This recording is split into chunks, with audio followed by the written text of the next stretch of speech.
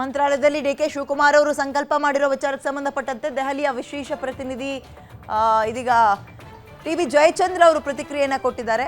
ದೇವರು ಅನ್ನೋದು ಮನುಷ್ಯನ ಸೃಷ್ಟಿ, ಅದೊಂದು ನಂಬಿಕೆ, ಅದು ಅವರವರ ವಿವೇಚನೆಗೆ ತಕ್ಕಂತೆ ಅವ್ರು ಭಾವಿಸ್ತಾರೆ.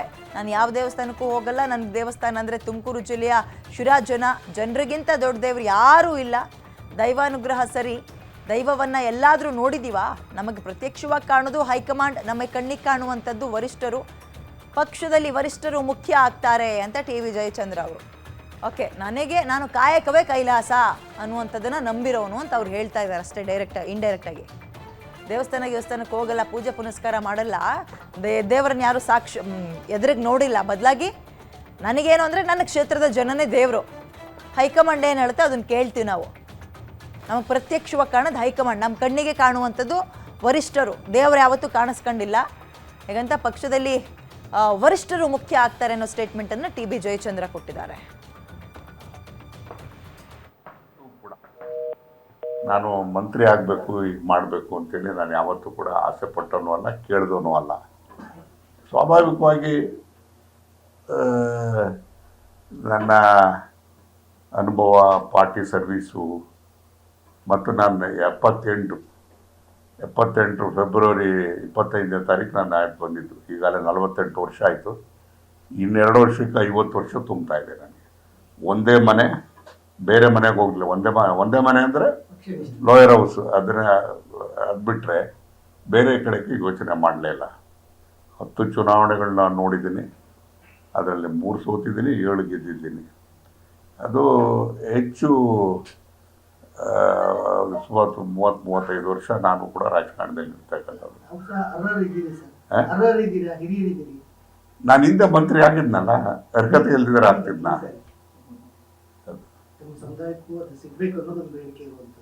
ನೋಡೋಣ ಏನೇನಾಗ್ತದೆ ಇರ್ತಕ್ಕಂಥ. ನಾನು ಓಕೆ, ಓವರಾಲ್ ಆಗಿ ನಾವು ಚರ್ಚೆ ಮಾಡ್ತಾ ಹೋಗೋದಾದ್ರೆ ಒಂದು ಕಡೆ ಟಿ.ಬಿ. ಜಯಚಂದ್ರ ಅವರ ಸ್ಟೇಟ್ಮೆಂಟ್ ಏನಪ್ಪಾ ಅಂತ ಹೇಳಿದ್ರೆ ಹೈಕಮಾಂಡೇ ನಮಗೆ ಕಣ್ಣಿಗೆ ಕಾಣುವಂತಹ ಪ್ರತ್ಯಕ್ಷ ದೇವರು ಅಂತ. ಮತ್ತೊಂದು ಕಡೆ ಆಗು ಹೋಗುಗಳನ್ನು ಗಮನಿಸ್ತಾ ಇದ್ದೀವಿ. ನವೆಂಬರ್ನಲ್ಲೇನೋ ಕ್ರಾಂತಿ ಅಂತ ಇದ್ದಾರೆ. ಸಿದ್ದರಾಮಯ್ಯ ನೋಡಿದ್ರೆ ಕ್ರಾಂತಿನೂ ಇಲ್ಲ, ಭ್ರಾಂತಿನೂ ಇಲ್ಲ ಅಂತ ಇದ್ದಾರೆ. ಇದ್ರ ಬಗ್ಗೆ ಹೆಚ್ಚಿನ ಮಾಹಿತಿನ ನನ್ನ ಕಲ್ಲೀಗ ವೀರೇಶ್ ನೀಡ್ತಾರೆ. ವೀರೇಶ್, ಕಾಂಗ್ರೆಸ್ನಲ್ಲಿ ಎಲ್ಲವೂ ಸರಿ ಇಲ್ಲ ಅನ್ನೋದು ಗೊತ್ತಾಗ್ತಾ ಇದೆ. ಪವರ್ ಸೆಂಟರ್ ಈಗ 2 ಕಡೆ ಅಂದರೆ ಚದುರು ಹೋಗಿರೋದು ಕೂಡ ಗಮನಿಸ್ತಾ ಇದ್ದೀವಿ. ಹಿಂಗಿದ್ದಾಗ ಏನು ನಿರೀಕ್ಷೆ ಮಾಡ್ಬೋದು ಮುಂದಿನ ದಿನಗಳಲ್ಲಿ ನಾವು? ವಿದ್ಯಾ, ಕಾಂಗ್ರೆಸ್ನಲ್ಲಿ ಎಲ್ಲವೂ ಸರಿಯಿಲ್ಲ ಅನ್ನೋದಕ್ಕಿಂತ ಕಾಂಗ್ರೆಸ್ನಲ್ಲಿ ಅಧಿಕಾರ ಹಂಚಿಕೆಯ ವಿಚಾರಕ್ಕಾಗಿ ಬಿಗ್ ಫೈಟ್ ನಡೀತಾ ಇದೆ ಅಂತ ಹೇಳ್ಬೋದು. ಯಾಕಂತಂದರೆ CM ಸಿದ್ದರಾಮಯ್ಯನವರು ಪೂರ್ಣಾವಧಿಯವರೆಗೂ ಸಹ CM ಆಗಿರ್ತಾರೆ ಅಂತ ಹೇಳಿ ಅವರು ಹೇಳ್ತಾ ಇದ್ದಾರೆ, ಅವ್ರ ಆಪ್ತರು ಸಹ ಒಂದು ಕಡೆ ಹೇಳ್ತಾ ಇರುವಂಥದ್ದು.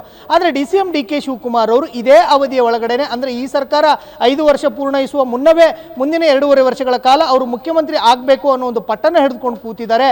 ಹೈಕಮಾಂಡ್ ನಾಯಕರ ಮುಂದೆಯೂ ಸಹ ಅವರು ಸಾಕಷ್ಟು ಬಾರಿ ಬೇಡಿಕೆಯನ್ನು ಸಹ ಇಟ್ಟಿರುವಂಥದ್ದು ಮತ್ತು ಹೈಕಮಾಂಡ್ ನಾಯಕರುಗಳ ಮೇಲೆ ಏನೆಲ್ಲ ಒತ್ತಡಗಳನ್ನು ಹಾಕಬೇಕು ಆ ಒತ್ತಡಗಳನ್ನು DCM ಡಿ.ಕೆ. ಶಿವಕುಮಾರ್ ಅವರು ಸತತವಾಗಿ ಮುಂದುವರಿಸಿಕೊಂಡು ಬರ್ತಾನೆ ಇದ್ದಾರೆ. ಹೀಗಾಗಿನೇ DCM ಡಿ.ಕೆ. ಶಿವಕುಮಾರ್ ಅವರ ಈ ಪಟ್ಟು ಇರೋದ್ರಿಂದ ನವೆಂಬರ್ನಲ್ಲಿ ಬಹುದೊಡ್ಡದಾದಂಥ ಕ್ರಾಂತಿ ಆಗುತ್ತೆ ಅನ್ನೋದ್ರಲ್ಲಿ 2 ಮಾತಿಲ್ಲ ಅಂತ ಹೇಳ್ಬೋದು. ಯಾಕಂತಂದ್ರೆ ಕಾಂಗ್ರೆಸ್ ನಾಯಕರುಗಳು ಬಹಳಷ್ಟು ನಾಯಕರುಗಳು ಮೊದಲಿನಿಂದನೂ ಸಹ ಹೇಳ್ಕೊಂಡು ಬರ್ತಾ ಇರುವಂಥದ್ದು ರಾಜ್ಯ ಸರ್ಕಾರಕ್ಕೆ 2.5 ವರ್ಷಗಳು ಪೂರ್ಣ ಆಗ್ತಿದ್ದಂತೆ ಸಾಕಷ್ಟು ಬದಲಾವಣೆಗಳು ಆಗುತ್ತೆ ಅನ್ನೋ ಒಂದು ಮಾತುಗಳಿತ್ತು. ಆದರೆ 2.5 ವರ್ಷ CM ಸಿದ್ದರಾಮಯ್ಯನವರು ಮುಖ್ಯಮಂತ್ರಿಯಾಗಿ ಅಧಿಕಾರ ಪೂರ್ಣಗೊಳಿಸಿದ ನಂತರ ಸಂಪುಟ ಪುನರ್ರಚನೆ ಆಗುತ್ತೋ ಅಥವಾ ಬೇರೆ ಬೇರೆ ರೀತಿಯಾದಂಥ ಬದಲಾವಣೆಗಳು ಆಗುತ್ತೆ ಅನ್ನೋ ಒಂದು ಚರ್ಚೆ ಒಂದು ಕಡೆ ಇದ್ದಂಥ ಸಂದರ್ಭದಲ್ಲೇ DCM ಡಿ.ಕೆ. ಶಿವಕುಮಾರ್ ಅವರು ನವೆಂಬರ್ ವೇಳೆಗೆ ನನಗೆ ಮುಖ್ಯಮಂತ್ರಿ ಸ್ಥಾನವನ್ನು ಕೊಡಿಸಿ ಅಂತ ಹೇಳಿ ಹೈಕಮಾಂಡ್ ನಾಯಕರುಗಳ ಮುಂದೆ ಸ್ಪಷ್ಟವಾದಂಥ ಮತ್ತು ಬಿಗಿಯಾದಂಥ ಪಟ್ಟನ್ನು ಅವರು ಹಿಡ್ಕೊಂಡು ಕೂತಿದ್ದಾರೆ. ಹೀಗಾಗಿ ನವೆಂಬರ್ ವೇಳೆಗೆ ರಾಜ್ಯ ಕಾಂಗ್ರೆಸ್ನಲ್ಲಿ ಸಾಕಷ್ಟು ಬದಲಾವಣೆಗಳು ಆಗ್ಬೋದು ಅನ್ನೋ ಒಂದು ಚರ್ಚೆ ನಡೀತಾ ಇರುವಂಥದ್ದು. ವಿದ್ಯಾ, ವೀರೇಶ್, ಸತೀಶ್ ಜಾರಕಿಹೊಳಿ ಅವರ ಹೆಸರನ್ನ ಈಗೇನು ಯತೀಂದ್ರ ಅವರು ಪ್ರಸ್ತಾಪ ಮಾಡಿದ್ರು, ಇದು CM ರೇಸಿಗೆ ಅಥವಾ ಇವರು CM ವಿಚಾರದಲ್ಲಿ ಇವರು ಬದಲಾವಣೆ ಆಗಿ ಜಾರಕಿಹೊಳಿ ಬರ್ತಾರೆ ಅಂತನಾ, ಅಥವಾ ಅಹಿಂದ ನಾಯಕ ಏನು ಸಿದ್ದರಾಮಯ್ಯ ಇದ್ದಾರೆ ಅವ್ರನ್ನ ರೀಪ್ಲೇಸ್ ಮಾಡೋಕೆ ಇರುವಂತಹ ತಾಕತ್ತು ಕೇವಲ ಸತೀಶ್ ಜಾರಕಿಹೊಳಿ ಅವರಿಗೆ ಮಾತ್ರ ಅಂತನಾ? ಇಲ್ಲಿ CM ಅಂತ ಪರಿಗಣಿಸೋದು ಅವ್ರ ಸ್ಟೇಟ್ಮೆಂಟ್ನ ಅಥವಾ ಅಹಿಂದ ನಾಯಕನಾಗಿ ರೀಪ್ಲೇಸ್ ಆಗ್ತಾರೆ ಅಂತನಾ? ಹೆಂಗೆ ಅರ್ಥ ಮಾಡ್ಕೋಬಹುದು? ವಿದ್ಯಾ, CM ಯಾರಾಗಬೇಕು ಅನ್ನೋದನ್ನ ನಿರ್ಧಾರ ಮಾಡಬೇಕಾಗಿರೋದು ಕಾಂಗ್ರೆಸ್ನಲ್ಲಿ, ಅದು ಹೈಕಮಾಂಡೇ.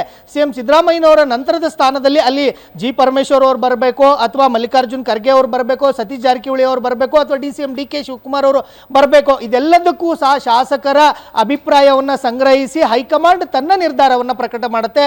ಹೈಕಮಾಂಡ್ ಯಾರನ್ನ ಮುಖ್ಯಮಂತ್ರಿಯಾಗಿ ಆಯ್ಕೆ ಮಾಡುತ್ತೆ ಅನ್ನೋದು ಸಾಕಷ್ಟು ಕುತೂಹಲ ಒಂದು ಕಡೆ ಆಗ್ತಾ ಇದ್ರೆ, ಇನ್ನೊಂದು ಕಡೆ CM ಸಿದ್ದರಾಮಯ್ಯನವರ ಬಣದಲ್ಲಿರ್ತಕ್ಕಂಥ ನಾಯಕರುಗಳು ಎಲ್ಲರೂ ಸಹ DCM DK ಶಿವಕುಮಾರ್ ಅವರ ಹೆಸರು ಸಿಎಂ ಸ್ಥಾನಕ್ಕೆ ಮುನ್ನೆಲೆಗೆ ಬಂದಂತ ಸಂದರ್ಭದಲ್ಲಿ ದಾಳವನ್ನ ಮತ್ತು ತಂತ್ರಗಾರಿಕೆಯನ್ನ ಮಾಡ್ಕೊಂಡು ಬರ್ತಾನೆ ಇದ್ದಾರೆ. ಒಂದ್ ಕಡೆ ಪರಮೇಶ್ವರ್ ಅವರ ಹೆಸರನ್ನ ತೇಲ್ಬಿಟ್ರು, ಇನ್ನೊಂದ್ ಕಡೆ ಮಲ್ಲಿಕಾರ್ಜುನ್ ಖರ್ಗೆ ಅವರ ಹೆಸರು ಕೇಳಿ ಬಂತು, ಇನ್ನೊಂದ್ ಕಡೆ ಸತೀಶ್ ಜಾರಕಿಹೊಳಿ ಅವರ ಹೆಸರು ಸಹ ಕೇಳಿ ಬಂತು. ಸತೀಶ್ ಜಾರಕಿಹೊಳಿ ಅವರಂತೂ ಬಹಿರಂಗವಾಗಿ ಅವರ ಮಾತುಗಳನ್ನ ಹೇಳ್ಕೊಂಡಿದ್ರು, ನಾನು 2028ರ ವೇಳೆಗೆ ಸಿಎಂ ಸ್ಥಾನಕ್ಕೆ ರೇಸ್ಗಿರ್ತೀನಿ, ಸದ್ಯಕ್ಕೆ ಸಿಎಂ ಸಿದ್ದರಾಮಯ್ಯನವರು ಮುಖ್ಯಮಂತ್ರಿ ಆಗಿದ್ದಾರೆ ಅನ್ನೋ ಒಂದು ಮಾತುಗಳನ್ನ ಹೇಳಿದ್ರು. ಆದ್ರೆ ಇದೀಗ ಸಿಎಂ ಸಿದ್ದರಾಮಯ್ಯನವರ ಹಿರಿಯ ಪುತ್ರ ಯತೀಂದ್ರ ಅವರೇ ಸಿಎಂ ಸಿದ್ದರಾಮಯ್ಯನವರ ನಂತರ ಅವರ ಉತ್ತರಾಧಿಕಾರಿ ಸತೀಶ್ ಜಾರಕಿಹೊಳಿ ಅವರು ಅಂತ ಹೇಳ್ತಾ ಇದ್ದಾರೆ. ಆದ್ರೆ ಸಿಎಂ ಸಿದ್ದರಾಮಯ್ಯನವರ ಉತ್ತರಾಧಿಕಾರಿಗೆ ಯಾವ ವಿಚಾರದಲ್ಲಿ ಅನ್ನೋದೇ ಇದೀಗ ಸಾಕಷ್ಟು ಕುತೂಹಲಕ್ಕೆ ಕಾರಣವಾಗ್ತಾ ಇರುವಂತದ್ದು. ಯಾಕಂತಂದ್ರೆ ಸಿಎಂ ಸಿದ್ದರಾಮಯ್ಯನವರು ಕುರ್ಚಿಯನ್ನ ಬಿಟ್ಕೊಡೋದಾದ್ರೆ ಆ ಕುರ್ಚಿಯನ್ನ ಸತೀಶ್ ಜಾರಕಿಹೊಳಿ ಅವರಿಗೆ ಕೊಡಿ ಅಂತೇಳಿ ಹೈಕಮಾಂಡ್ ನಾಯಕರುಗಳ ಮುಂದೆ ಬೇಡಿಕೆಯನ್ನು ಇಡ್ತಾರೋ, ಅಥವಾ ಅಹಿಂದ ವರ್ಗವನ್ನ ಮುನ್ನಡೆಸ್ಕೊಂಡು ಹೋಗ್ಲಿಕ್ಕೆ ಸತೀಶ್ ಜಾರಕಿಹೊಳಿ ಅವರನ್ನ ಉತ್ತರಾಧಿಕಾರಿಯಾಗಿ ನೇಮಿಸ್ತಾರಾ ಅನ್ನೋದೇ ಈಗ ಕುತೂಹಲಕ್ಕೆ ಕಾರಣವಾಗಿರುವಂತದ್ದು. ವಿದ್ಯಾ, ಓಕೆ, ಧನ್ಯವಾದ ವೀರೇಶ್ ಡೀಟೇಲ್ಸ್ಗೆ.